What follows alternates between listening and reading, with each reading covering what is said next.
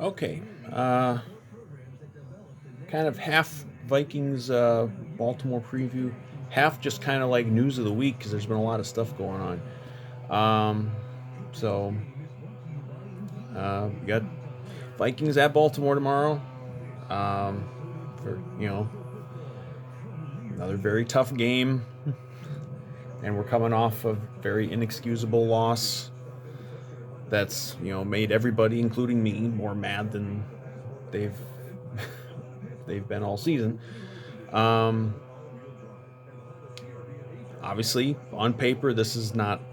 There's not much chance to win. You know, um, not that Baltimore's invincible. They got handled at home by Cincinnati, and week to week league. Just because the Vikings played like shit basically on Sunday night, that doesn't mean they're going to play like shit in Baltimore. But you could play well in Baltimore and still lose. That's the problem. Um, just from the Vikings' perspective, um, kind of the big thing going into this game is Bradbury's out. He tested positive for COVID, and he's vaccinated, but he tested positive, so he's not out for a long time. But he's they aren't there wasn't the time left where he could. I think you have to get like two positives separated like 48 hours apart or something like that to be able to play. He's not going to play. Mason Cole is going to start at center. Um, I mean, I'm curious to see it. Like, I haven't been as down on Bradbury as some people. I mean, he certainly has not been. You know, you draft a center in the first round, you're thinking, okay, this guy's going to be your guy for 10 years at that position, and I don't know that he's even going to get a second contract here. Probably not. Um, and I don't know that Mason Cole is gonna. I don't know how you necessarily even would quantify it. Like, oh, you know, have a center just play out of his mind. Like, it probably there could be some noticeable difference. We'll see, but I don't think he's like the center of the future either. But you never know. Obviously, like you know, I think of the offensive line now. Bradbury probably is the I wouldn't say the unquestioned weak link. Udo's gone south fast since a nice start, but you know, um, you know, he hasn't been as good as you want a first round pick to be. Absolutely not. So we'll see what happens there. Injury wise, Pierce is going to be out again. I It sucks, man. I think we haven't seen Pierce on the field very much. Obviously, he opted out last year, and now this year, this is like I think at least his third straight game that he's missing, maybe fourth. I mean, you got to get on the field, man. I mean, not saying he's not hurt, but at some point, you got to get on the field. And this is like at least a couple weeks in a row now where there's been talk that he can get back, and then he doesn't get back. So it's like, you know, luckily, Armon Watts has played pretty well in his absence, but you got a lot of money invested in Pierce. You want more out of that. Obviously, Danielle Hunter out for the season. That was announced beginning of the week. Nothing you can do about it. They picked up some veteran I'd never heard of.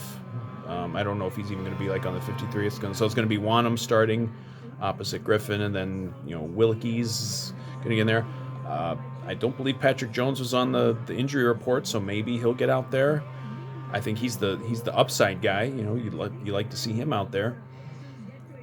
Um, you know, I got to think that maybe Danielle Hunter isn't going to take another snap with the Vikings again. I mean, that has to be at least a consideration because they got a big roster bonus due to him in March, and I mean, are you going to do that when he's going to have missed the majority of 2 full seasons with injuries? I mean, guys don't become less injured over time. I mean, this could be like a JJ Watt thing where he's a really fucking good player, but he starts having injuries and then he's just not available. And I don't know that you can invest huge money in him. But we don't even know what the front office coaching situation is going to be after the season at this point. So hard to know. I mean, if I think you know I think Hunter will be back with the Vikings if you can get him for a decent number, but he's not gonna get breaking the bank money now. I don't think he's gonna get that from us. I don't think he's gonna get that from anybody else. Um, maybe some team with almost no cap, with a very very low cap. Maybe they'll just throw a huge chunk of money at him to get a pass rusher and a really good one. But you know, when guys start to get hurt like this, that's when it becomes a little iffy. Um, don't think there's anything else really Vikings related over the week. Everyone's been mad all week, getting mad about Zimmer. They're already mad about Zimmer. They're mad about Cousins. They're a lot of just the same old stuff. I mean, I'm mad about Zimmer too after last week. I mean, coming into this Baltimore game, like, you know, your defense is going to be weakened significantly now without Hunter. Um, and you're gonna have to score a lot of points to win this Baltimore game, or to even have a chance to win this game. And the the shit that we saw Sunday night and the shit that we've seen at times previously this season, that can't fly on Sunday. You cannot play. You cannot approach a game offensively like they did on Sunday night and have any fucking chance at all to win in Baltimore. You just can't. And I hope that they all know this. And we've seen them open it up. I mean, they've certainly, for the most part, they've played better on the road this year. Whatever that's about, but you know, they are gonna, and next week too, and then after that, like they've got some games coming up against really tough offenses and really good quarterbacks, and you're not going to be able to play real tight and conservative. you know and again, I don't think playing conservative is always wrong, but what we saw Sunday night was so over the top and so just inexcusable. You can't do that against Baltimore, and I hope they don't. um, but I have my doubts at this point. And you know again, that look, that playoff spot is there. That last playoff spot is there to be had if they want it.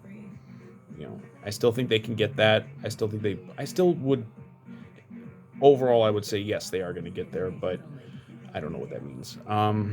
Officially, I'm not picking the Vikings to win this week. This is the first time I've officially not picked the Vikings to win a game, I think, since week 2. But I think it's going to be close. I don't think they're going to go and get blown out. This is just not a team that's going to get blown out.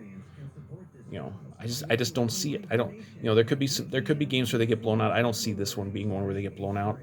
I think they're gonna be.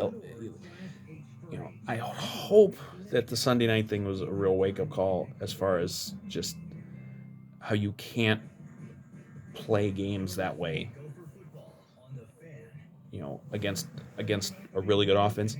And maybe they thought last week that it wasn't going to be a really good offense with a backup quarterback, but and it wasn't. I mean, he only gave up 20 points, but you gotta go for it a little more. I think they're gonna open it up some. Um, you know, Baltimore's got a really bad pass defense. Like, it's right there. Like, you've got Kirk and these receivers, good tight end, Dalvin in the screen game. Like, there's no excuse to me to have another clunker on offense. But like I said, you can play well in this game and still lose because Baltimore's good. And Baltimore's a tough place to play. So I think the Vikings will probably lose. Um, I didn't pick them to win all these games out of the bye, but I was hoping they'd split them. Obviously, that looks less likely. I think they can beat the Chargers. I think they can beat the Chargers. I still think they could even beat the Packers, but not playing like they did Sunday night. So I don't know what I picked for official score. I think I picked like something like 34-27. But I hope they win. Unlike a lot of fans, I do hope they still win these games. I'm not one of these people who's rooting for losses. I think at this point, only like drastic, change of approach from Zimmer and his coaching staff probably saves his job because I don't think that just sneaking in at that 7th spot and maybe getting blasted out of the playoffs is going to be enough. But it's barely November. We'll deal with that in January. So there was other stuff going on in football this week. I didn't. I was gonna do like a video ripping Aaron Rodgers. Never got around to it. I'll rip him now. Aaron Rodgers is a fucking dumb shit. Um, you know, he's out this weekend. For the record, I still think the Packers are going to win because the Chiefs stink, and because it's just the way it is this year. Packers are going to get everything going their way, even when it doesn't look like it's going to go their way. I guarantee they're going to play well and they're going to beat the Chiefs. But um, Rodgers is not going to play. He tested positive for COVID, and he isn't vaccinated.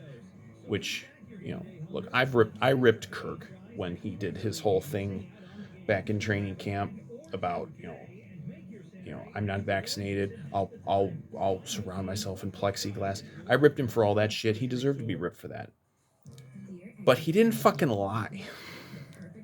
At least he had a stupid opinion, but at least he was, you know, you know, at least he had enough, integrity to actually, you know, say what his opinion was, even if he didn't really back it up. None of these anti-vaxxers back it up with any sort of facts.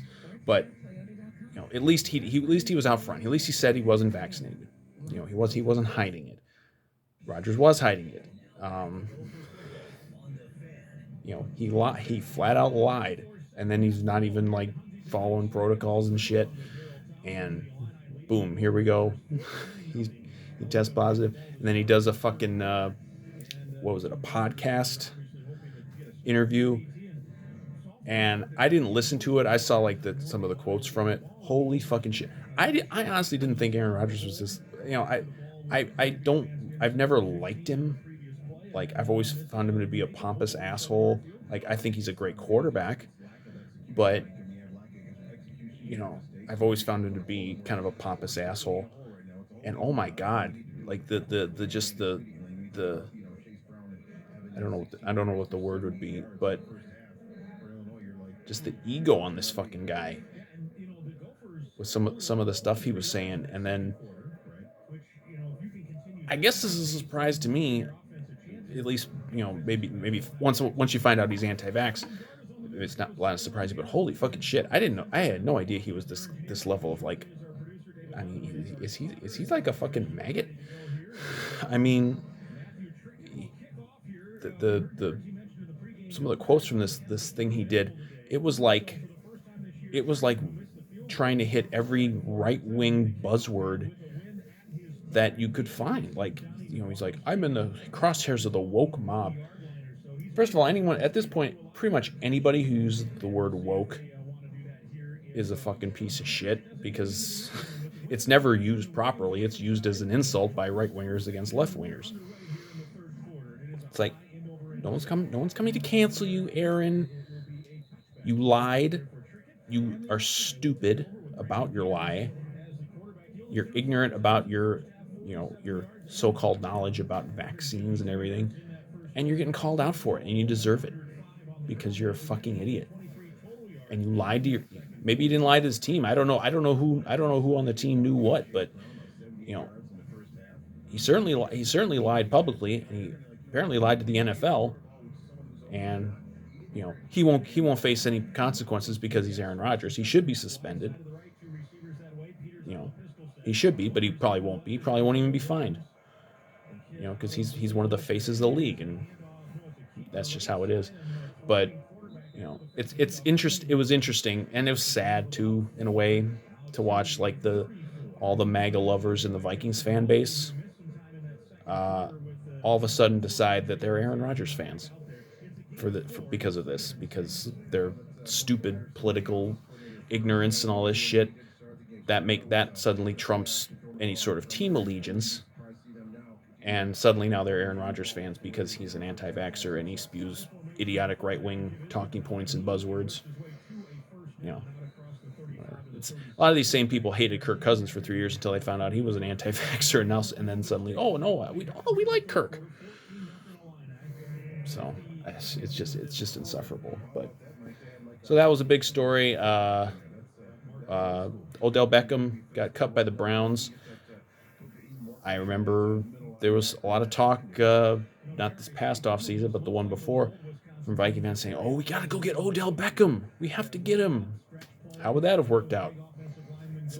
It's funny how I, I've never quite understood this. Why this fan base is so enamored with diva asshole receivers. Like to this day, they you know no one or very few members of this fan base will get on Stephon Diggs for the shit that Diggs pulled. It's like, okay, Diggs wants to go on a team. Diggs also acted like a complete fucking asshole. You know, on his way out the door. And you know, Randy Moss was a complete piece of shit on multiple occasions when he was here in two different stints, and people just kind of ignore it. And I'm not saying I hate Randy Moss. I'm not even saying I hate Stephon Diggs, but like you can acknowledge that they behaved like assholes. It doesn't mean you have to hate them, but you have to acknowledge that they behaved this way. And Beckham doing this, pulling the same shit. He's been a diva. He's going to be a diva. He's one of the most overrated athletes of the last 20 years. He's so over. Like, I'm sorry. He puts up some numbers. He made a circus catch on a Sunday Night Football game years ago, and they've never stopped bringing that one up. Like, who gives a shit if he made a circus catch? A lot of guys make circus catches. Who gives a shit? I know he played for New York, and that's why he gets all the acclaim because he played for New York. But it's like he's and Vikings fans, 2 off seasons ago were just clamoring to get this guy, and I'm glad we didn't get him. For one, if we had gotten him last off or 2 off seasons ago, we never would have drafted Jefferson. You know, I don't. They assuming they get rid of Diggs and then they bring in Beckham. I mean, you're downgrading at receiver anyway, and you're not gaining anything in terms of like youth or cap or anything. Like, and even now, because I think he's still on waivers. There's Vikings fans now who are like, "Oh, we gotta get Beckham." No, we don't. We don't need these guys. I don't know what it is about receivers. It's always receivers. You know, Diggs, Moss, Owens. You know, fucking. Chad Johnson. All these just diva, narcissist receivers. Like, we don't need that shit here. About the last thing we need is another receiver anyway. But I'm glad we didn't. Glad we didn't get him. And we don't need him now. Trade deadline came and went. There were no Vikings trades.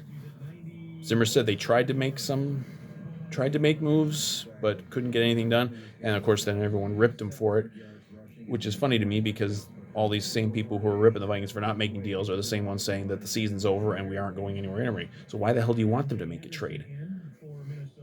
Um, I'm not surprised they didn't make any trades. I probably wouldn't have done anything anyway, unless it was for like maybe something beyond this year. Because you're not gonna. People have this belief that like you're gonna have a fire sale. You don't do that in the NFL. That just doesn't happen.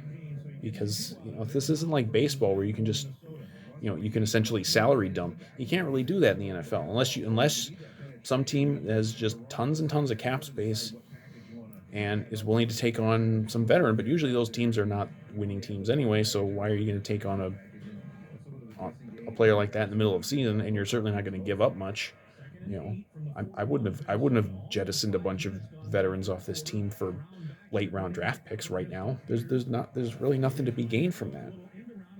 Um, so I'm not surprised they didn't make any trades. At this point, you're just better off just standing pat with what you have. Because again, you know, I don't think that the ceiling for this team at this point is anything higher than probably getting that seventh seed and maybe, if you're lucky, pulling off an upset in the playoffs. And I don't think making any trades. I don't think firing a coach right now. I don't think any of that's going to change it. Um, I have no problem with them not trading anybody. A couple of the guys you might have traded are hurt too. Like so. You just go with what you got, and you know, but I guess that was about it for the news of the week. I should have made a little list so I don't have to think off the top of my head. I always get in that thinking off the top of my head thing on videos. Um, but yeah, I think that was it was a lot of crazy stuff in the NFL this week. Crazy stuff here, but you know we'll see what happens with this Ravens game. I don't have zero hope. I don't think there's a game left on the schedule that I would go into with zero hope. But it's going to be tough. We've never faced Lamar Jackson before. You know, obviously our run defense, even when we had Pierce, wasn't really looking that great. And they're probably going to run all over us. But hopefully we can pass all over them, and hopefully the coaching approach is to pass all over them. Could be a shootout. Could be a very entertaining game. I think. I certainly. I would be shocked if this is some like blah boring game. It never is with the Vikings. Even last week, it wasn't a it wasn't a boring game because it was close. But you know, and even if they win, no one's gonna care because you know most of this fan base is completely checked out on Zimmer and Cousins and Spielman and this season and everything. But you know, and they're hoping for losses so that we get a better draft pick and all that shit. But you know, they're not going to. This team is way too talented to end up with any sort of top draft pick. It's not going to happen. We still got 2+ months of season to go. Might as well root for victories, people. And I'll be rooting for a victory. I don't think it's going to happen, but I don't think it's impossible that it happens. This team has played very, very well on the road. I mean, they were, field goal away from beating the Cardinals, phantom fumble away from beating what we now learned is a pretty good Bengals team. And, with the exception of a late collapse, they were playing pretty damn well at Carolina, which is technically at this moment a playoff team. So, um, you know, I would be shocked if they really laid an egg. Mistakes and everything, but they are still playing hard for Zimmer. I don't think they're going to stop playing hard for him. You know, and hey, open it up. That's what I'm just. I know I'm not the only one pleading for this. Open up the fucking offense. Let's go. Go downfield. You know, you know, it's a bad pass defense you're playing. You can do this. You have the tools to do it. They had the tools last week to do it, and whether it was Zimmer or Kubiak or combination, there was no intent to do it, and you lost because of it. You could win this week if you do it the other way. So hopefully they will. Officially, I'm not picking them to win, but I will hope that they win because that's what you do as a Vikings fan is you hope your team wins.